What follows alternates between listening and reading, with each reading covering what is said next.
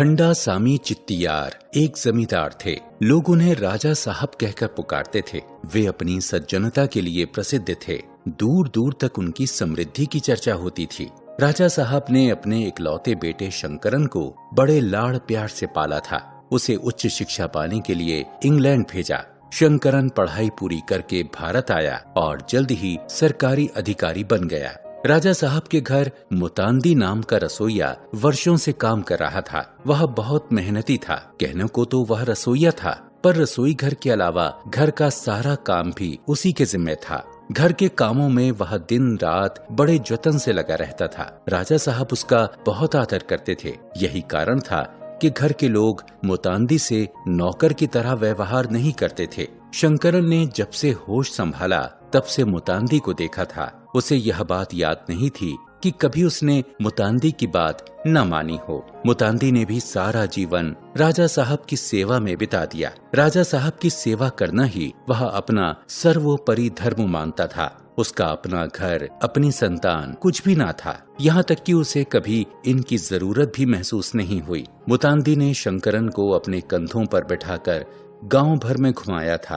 अपने हाथों से उसे दाल भात खिलाया था। शंकरन पर वह अपनी संतान की भांति अधिकार जमाता था। शंकरन की देखभाल करना भी उसकी दिनचर्या में शामिल था। मुतांदी का खाना पीना और रहना सब राजा साहब के यहाँ ही हो जाता था। उसने वेतन में मिलने वाली रकम भी खर्च नहीं की थी। सारी रकम वह राजा साहब के पास ही जमा करता गया। राजा साहब जब ईश्वर को प्यारे हुए तो मुनीम जी ने मुतांदी को अब तक के जुड़े 10,000 रुपए दे दिए। मुतांदी ने बहुत मना किया, पर मुनीम जी ना माने। मुतांदी ने उन रुपयों से अपने गांव में घर और जमीन खरीद ली, पर उससे राजा साहब का घर न छोड़ा गया। अब शंकरन कलेक्टर बन गया था। उसका स्थानांतरण तिरुचि हो गया। मुतांदी ने शंकरन से विवाह की बात की। उसने बात मान ली और विवाह के लिए राजी हो गया। विवाह हुआ और घर में दुल्हन आई। मुतांदी मन ही मन बहुत खुश था। राजा साहब नहीं है, पर उसकी जिम्मेदारी पूरी हो गई। शंकरन का घर बस गया।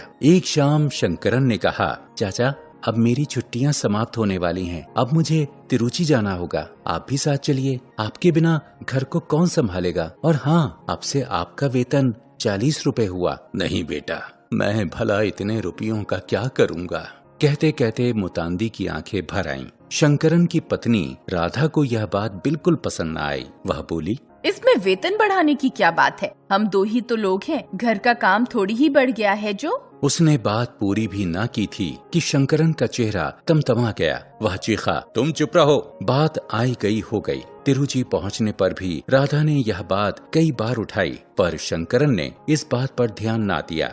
एक दिन शाम को शंकरन घर आया तो मुतांदी ने पूछा, बेटा शंकरन, कॉफी पियोगे?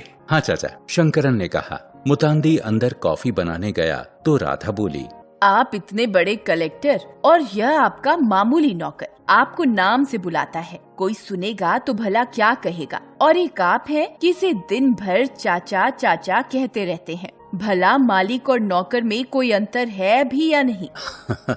पर मैं तो शंकरन ही हूँ ना, शंकरन ने हंसते हुए कहा। राधा से यह सहन ना हुआ। घर में शांति रखने के लिए शंकरन ने मन मार कर मुतांदी से कहा, चाचा आप मुझे नाम से ना पुकारा करें। आप मुझे मालिक और इन्हें मालकिन कहें तो ठीक रहेगा। यह हमारा गांव नहीं है, लोग सुनेंगे तो क्या कहेंगे? मुतांदी हैरान रह गया। उसकी समझ में कुछ भी ना आया। उसकी आंखें भर आईं। सिर झुकाकर बोला, जी मालिक, और अंदर चला गया।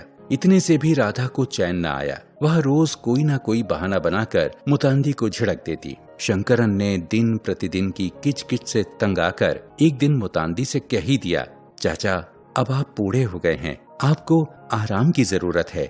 ये 200 रुपए लीजिए और अपने गांव चले जाइए। मुतांदी कांपते हाथों से रुपए पकड़ते हुए बोला, तुम कहते हो तो चला जाता हूँ, पर तुम्हारे अलावा मेरा कौन है? वह जमीन पर बैठकर कुछ देर तक सोचता रहा। फिर जेब में रुपए रख लिए और अपने कपड़े लेकर वहाँ से निकल पड़ा। राधा दूसरे कमरे से सब देख सुन रही थी। वह मन ही मन प्रसन्न थी। दिन बीतते गए। शंकरन के घर बेटे ने जन्म लिया। उसके जन्मदिन का उत्सव था। घर में काफी चहल पहल थी। ढेर सारे मेहमान आए हुए थे। शंकरन ने पता नहीं प्रेमवश या अनजाने में ही मुतांदी को भी बेटा होने का समाचार भेज दिया था। समाचार जानकर मुतांदी उत्सव में शामिल होने आ गया। वह खुशी से फूला ना समा रहा था। वह दौड़कर नन्हे बच्चे की ओर लपका।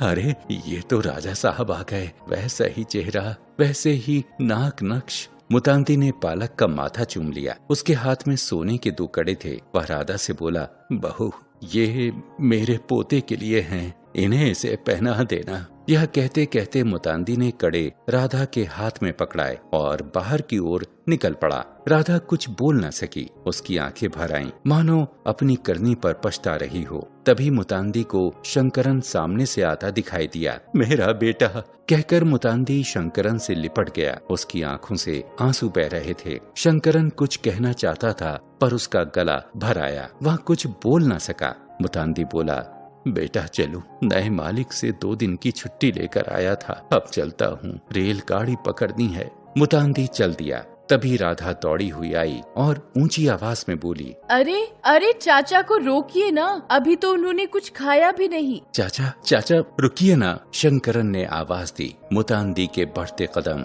वहीं थम गए।